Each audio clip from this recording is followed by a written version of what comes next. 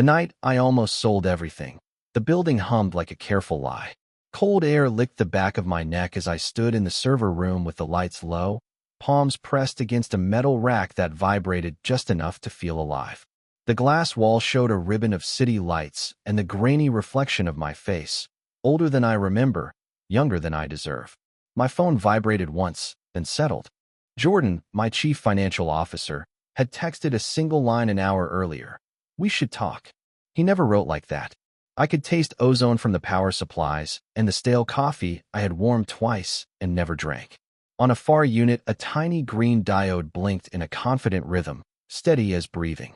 Outside, down on the street, a siren curled past like a string pulled through a ring. I counted my heartbeats in words, not numbers, the way my mom taught me when I was a kid with a chest that fluttered for no reason. 1 Mississippi, 2 Mississippi, 3. The mystery wasn't the money. The mystery was why, here and now, with all the charts pointing up and to the right, I felt the shape of an old door in my chest, the one from a house that smelled like motor oil and laundry detergent and winter boots, a door I had not opened in years. I grew up in a town where the snow stacks against the supermarket sign and stays until Easter. My dad, Michael Cole, tuned engines in a garage that leaned a little to the left, like it was listening for bad news. He kept a jar of dull pennies on the counter and called it his retirement plan. My mom, Teresa, did night shifts at the hospital and moved like someone who measured footsteps for a living, soft, precise, always arriving where she meant to arrive. The day I first took apart a radio, I was so small I had to stand on the phone book. I remember the sharp, coriander smell of dust on warm circuitry, the little screws like metal freckles on the kitchen table, and my mom saying, "5 minutes, Ethan, and then dinner." I said, "Just one more wire." And she said, with a smile in her voice, "That is exactly what you said 5 minutes ago." There was a librarian named Mrs. Harris who saved my life without trying. On late afternoons when the parking lot lights clicked on with a tiny electric sigh, she would pause by my corner computer and say, "We close at 9. I would nod and squint at a screen that flickered a faint halo at the edges. The keys were worn to a shine from the hands of everyone who believed in better weather. I learned to code there, line by line, biting my lip every time the cursor blinked like it had an opinion. One winter, I built a rickety Wi-Fi network that crossed 3 backyards and a frozen creek, using a coffee can, a long ladder, and a prayer. When the neighbor, Mr. Doyle, knocked on our door with a face that looked like someone had erased his smile, he said, "The internet keeps dropping when wind blows." I said, "Sir, the wind is our enemy." And he tilted his head the way adults do when they recognize the stubbornness of children. We strung one more cable under the eaves while our breath turned into soft ghosts. He paid me with a $20 bill folded 6 times and a bag of peppermint sticks. My first serious heartbreak, business, not love, arrived the summer after high school. A local grocery wanted a cheap inventory system. I promised something elegant and delivered something fragile that worked as long as nobody breathed near it. On the first morning, the barcode scanner chirped like a confused bird. The manager, a guy named Pete with shoulders like a refrigerator, said, "Is it supposed to do that?" I said, "Not exactly." He handed me a plastic bag with apples and bread as if it were a consolation prize. I came home and lay on the carpet, cheek against the coarse weave, listening to the muffled sounds of the television in the next room. My mom stepped over me carefully and said, "Make a list. Fix one thing on the list. Then fix the next." She drank her coffee out of a chipped mug and added, almost to herself, "Everybody falls. The interesting part is how you get up." I went to a state college with a laptop that wheezed under the weight of modernity. The dorm hallway smelled like detergent and ambition. That's where I met Emily. She wore old band shirts and laughed with her whole face. We split a bag of salt and vinegar chips on the floor, and she told me her theory that you can predict a person's future by their desktop folders. "Yours," she said, tapping my screen, "says you will try to build a cathedral out of duct tape." I said, "I'll make it a cathedral you can actually pray in." She said, "Not if the wind is still your enemy." We kissed once, a quick summer storm kiss, and then drifted apart like pages from the same notebook torn in half. We stayed friends, which is a harder thing. I left school when it started costing more than I could carry. I took a night job at a warehouse that smelled like cardboard and forklift batteries, and I kept coding. There is a human thing that happens in those buildings at 3 in the morning. Pallets move in quiet lanes, and the air is cool, and the radio murmurs songs that sound like letters from far away. I learned more about supply chains than any sane person should. The fact that still amazes me is that a standardized metal box changed the whole planet. In the middle of the 20th century, a guy named Malcolm McLean thought to put goods into uniform containers and lift them straight onto ships and trains. That was it. Efficiency exploded. The world shrank. It's not glamorous, but it's true. Years later, when journalists asked how I saw the future, I wanted to tell them it was written on the sides of those containers, in rust and stenciled codes. The idea for my company came one Sunday morning, so quiet our block sounded like it had a lid on it. I was helping my mom refill the ancient refrigerator at home. She was reading the label on a carton of insulin for my aunt. The way nurses do, attention like a scalpel. Cold matters, she said. There's cold that's cold enough, and cold that looks like it but isn't. I held the cold pack against my cheek. The thought arrived like a coin dropped in a jar, small sound, big implication. Cold that looks like it but isn't. I went back to my apartment and began building sensors that could survive rough handling and mean weather, little chips with solder beads that gleamed like tiny moons. I used a breadboard that had scorch marks from my first 10 attempts.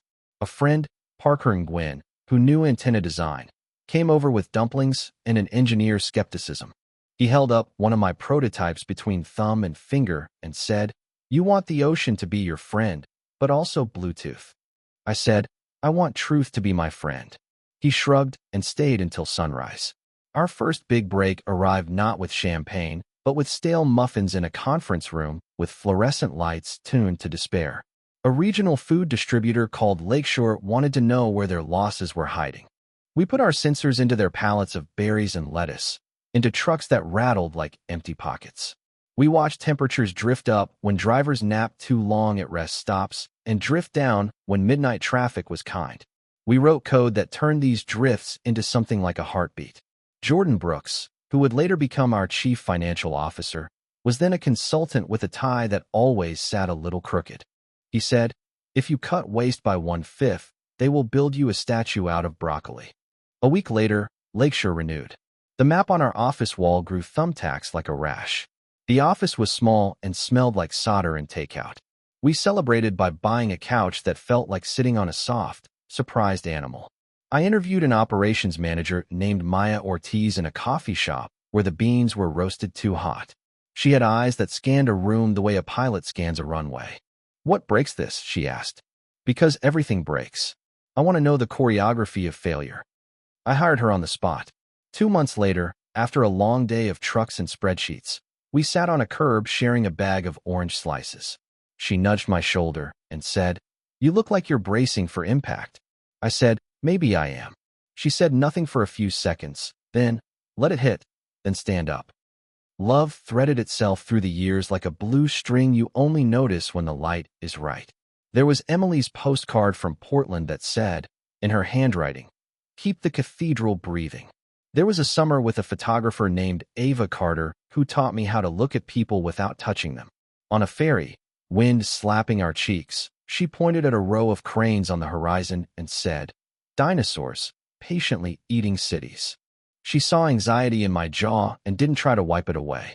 When we finally stopped being a pair, she squeezed my hand and said, "You turn everything into a project.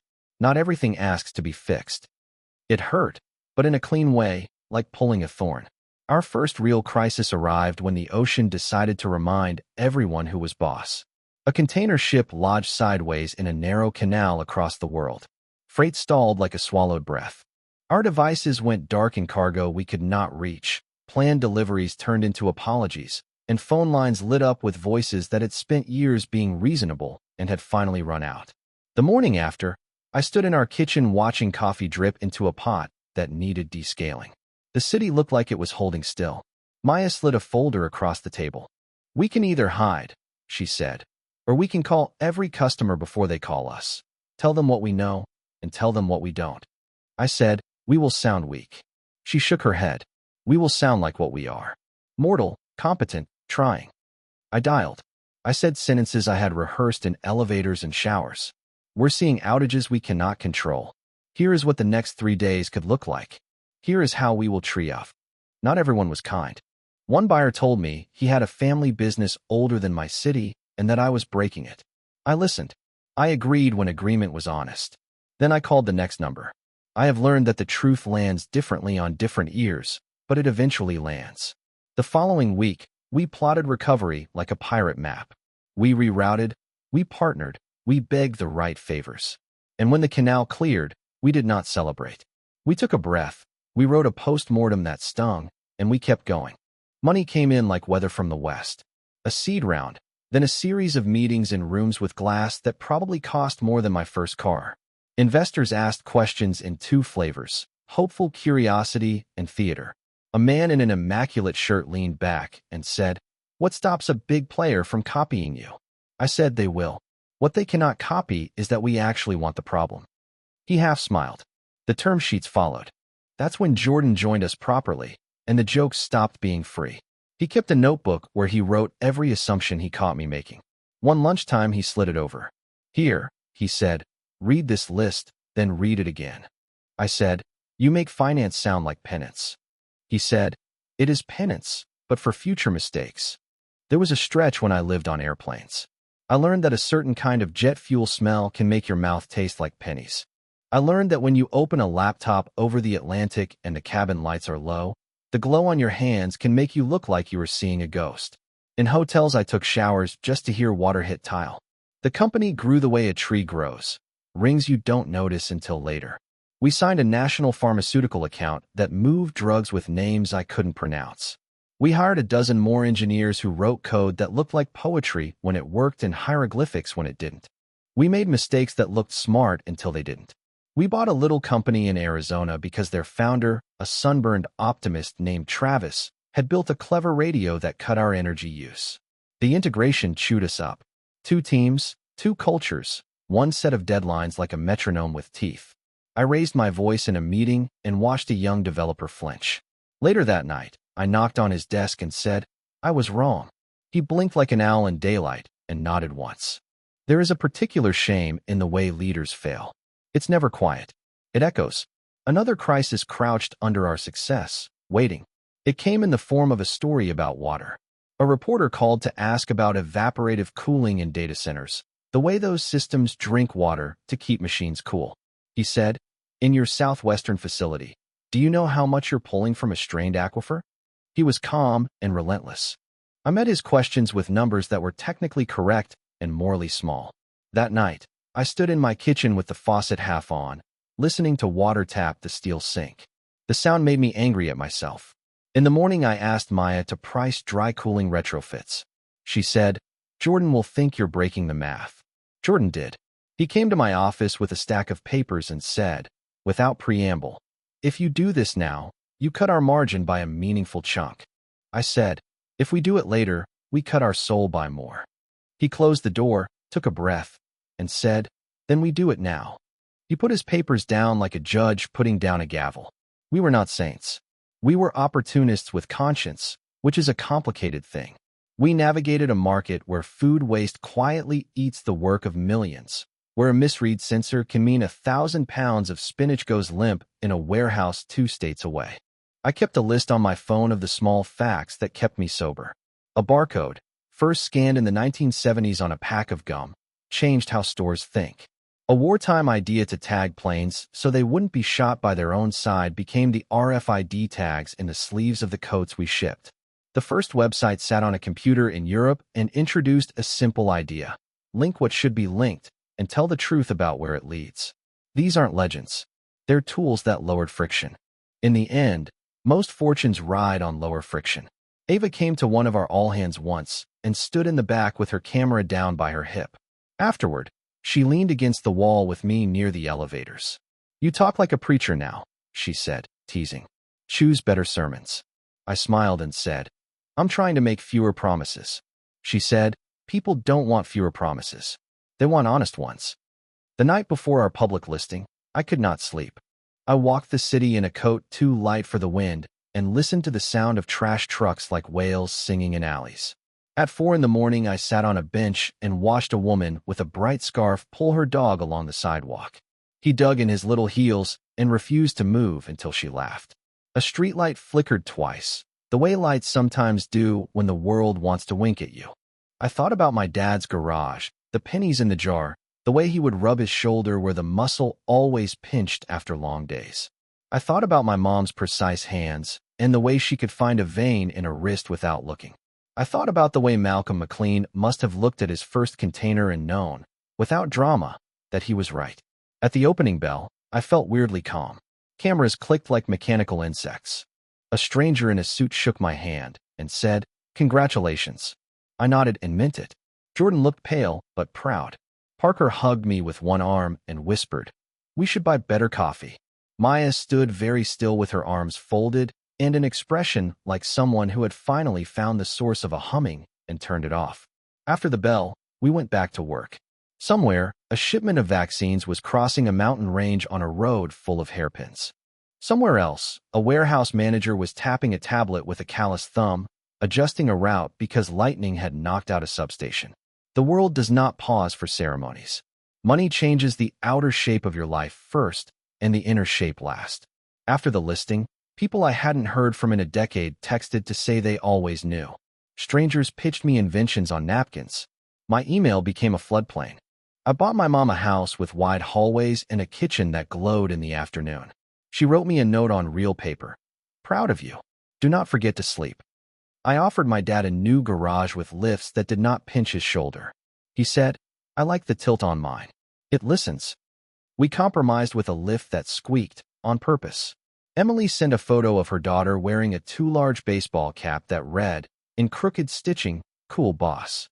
She chose it, Emily wrote. Not a sermon. A hat. Ava mailed a small, framed picture from the fairy day, cranes on the horizon, a thin smile on my face like someone who had been told a secret and wasn't sure he wanted it. On the mat she wrote, "Remember to look." We made a foundation. We kept it small enough to learn and big enough to matter. We funded apprenticeships for warehouse workers who wanted to move into coding. In a classroom that smelled like pencils and new laptops, I listened to a man named Luis describe how he had spent 20 years on forklifts. He said, "I know the floor like I know my own palm. Now I want to know the screen." He laughed, embarrassed, and I felt something in my chest click into place. There were losses too. A storm took down a facility near the Gulf, and the power company made promises the wind disagreed with. A driver texted me a picture of a fogged windshield with the words, "Pulled over, waiting it out," and I stared at that photo too long. One of our engineers, a quiet genius named Priya, left for a competitor, and I pretended to be gracious. I was not. I went home and cooked scrambled eggs and burned them and ate them anyway, because burned eggs are still food and self-pity is an expensive condiment. On a quiet Sunday, I visited the old library. The building had a new wing that smelled like warm wood and good glue. Mrs. Harris had retired. A college kid at the front desk looked up and said, "I know your face from the news." I said, "I know mine from the mirror." He didn't know how to answer that. I walked to the corner where the old computers had sat and stood there until my legs felt the memory of a cheap metal chair. I closed my eyes and heard the soft mechanical moan of the heating ducts, the way they used to complain when the wind went sharp. When I left, I put a note in the donation box for whoever sits in the corner and refuses to go home at 9. As the months unfurled, the business became a galaxy of meetings that did and did not matter. I learned to cut rooms smaller. I learned to ask a question and wait a beat longer than comfort would allow.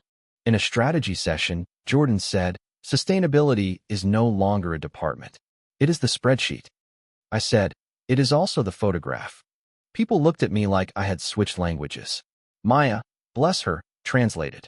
"He means we should show our work." We started publishing a simple page. Where our water came from, where it went. Where our energy came from, where it went. When we failed, how we would try again. The hardest part was not the math. The hardest part was telling the truth in sentences that a tired person could understand. I did not date for a while. It felt dishonest to invite anyone into a schedule that belonged mostly to strangers. Sometimes, late, I would sit in the server room with the lights low and listen to the machines breathe again. Machines are honest in their own way. They are either alive or not. Humans, we live in gradients. In those rooms I remembered Ava's hand squeezing mine, Emily's postcard saying cathedral, Maya's orange slices in a paper bag. I remembered my mom's voice saying 5 minutes and the way my dad would run a rag over a socket set like he was petting a cat. I let the hum untie knots in my jaw. The second time I almost sold everything. The offer was not numbers on a sheet, but a feeling in a conference room. The acquirer sent their best team, funny and brittle and charming. An executive with the hair of an anchor said, "Think of the scale." I said, "I think of the quiet rooms where people try to breathe." He said, "Those rooms will still be yours." I looked at Jordan. He gave me a face that said, "You already know." I asked for a break. I walked the hallway and stopped by a window that looked out at the river like a steel ribbon laid across stone. I pressed my forehead against the cool glass. When I returned, I said, "No." The executive nodded without blinking. The room did a small, involuntary exhale. Later that night, in our own building, I stood again with my palms against a rack and felt the soft, steady tremor of the work we had chosen. You might expect a point, a moral folded into something you can put in your pocket. I do not have that for you. I have instead a series of true small things. When you pour cold brew too fast, it foams like it wants attention. If you leave a hoodie on the back of your chair, it will begin to smell like your good days. When a barcode beeps correctly, it sings a note that registers somewhere near relief. When a driver texts to say she made the mountain pass before the ice, you feel the same lift you felt as a kid when your kite catches wind. Some mysteries are doors you do not open once, but keep in a pocket and open when the light shifts. Tonight, the city outside my window drapes itself in a soft hum, as if someone put a hand on its chest and said, "Breathe." My phone is face down. The server room waits behind me like a chapel with ugly carpet. I sip coffee that will never be as good as the myth of coffee in my head. In the morning, I will call my mom and let her talk for a while about her tomato plants and the neighbor who keeps forgetting to bring in the trash bin. I will send a message to Jordan to ask him if he wants to walk across the bridge at lunch and talk about the way spreadsheets can be kinder. I will tell Maya I finally read the book she left on my desk about how to write better apologies. I will mail Emily a note to say the cathedral breathes without my tending, which is a relief. I will send Ava a photo of cranes painted orange by sunrise, and I will not write a caption. For now, I set my palms against the rack again. The metal leans into my hands like a patient animal. The tiny green diodes blink in their quiet, stubborn rhythm, little beacons saying here and here and here. Somewhere, a sensor I soldered in a cramped apartment is riding a pallet through a tunnel, whispering the truth of its temperature into the dark. Somewhere else, a young person is sitting in a library with a screen that flickers a weak halo, building a thing they cannot yet name. I breathe in the cool, filtered air and count the beats in words. I think of the ocean and the plastic chairs in conference rooms and the way good work asks you to choose it again. I think of a door in a house that smelled like motor oil and winter boots. I open it without moving. Dawn is a few hours away, not a number but a feeling, tender as a new leaf, patient as a clock you wind by hand. And just before the first light, I hear the softest sound, like a jar accepting one more coin.